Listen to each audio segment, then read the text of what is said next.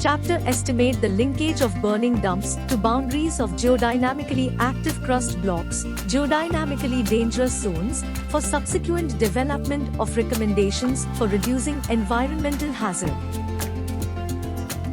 Despite the steps being taken, the ecosystem of mining regions continues to be negatively impacted by the spontaneous burning of coal wastes.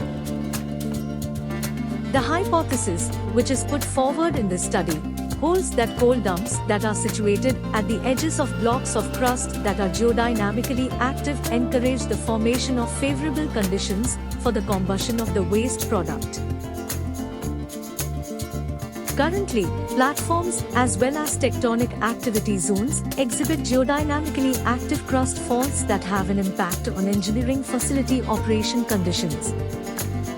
According to the concept of geodynamical zoning, geodynamically dangerous zones for engineering structures can be not only large, well-developed crust faults, but also just formed fractures that appear as boundaries of geodynamically impacting and hierarchically ordered crust blocks.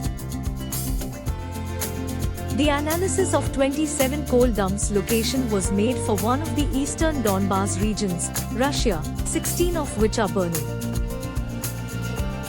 9 of the 16 burning dumps are located in geodynamically hazardous zones, which means that the concentration, pc/km2, of burning dumps in these zones is 14 times higher than the average value. Since the probability of accidental obtaining of such a result is extremely low, this can be considered as the evidence of the linkage of burning dumps to geodynamically dangerous zones. All geodynamically risky zones can be separated into compression and tension zones based on the strained state of the rock massif in this area. Despite the meager statistics, there are twice as many burning dumps in tension zones as in compression zones.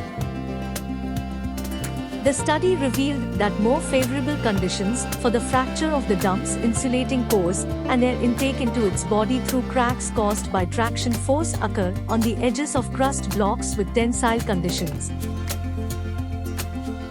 The thermal monitoring statistics that are currently available for burning dumps in this area also demonstrate the observation of linearly extended firing sources oriented along geodynamically risky zones. The obtained results show that geodynamical conditions of mining region in which coal dumps are located is an important factor that impacts the creation of conditions for their spontaneous combustion and subsequent impact on the environment. Then this factor should be controlled by choosing the place for dumps location. It is proposed to carry out these works for the entire mining region of the eastern Donbas, where there are more than 200 coal dumps.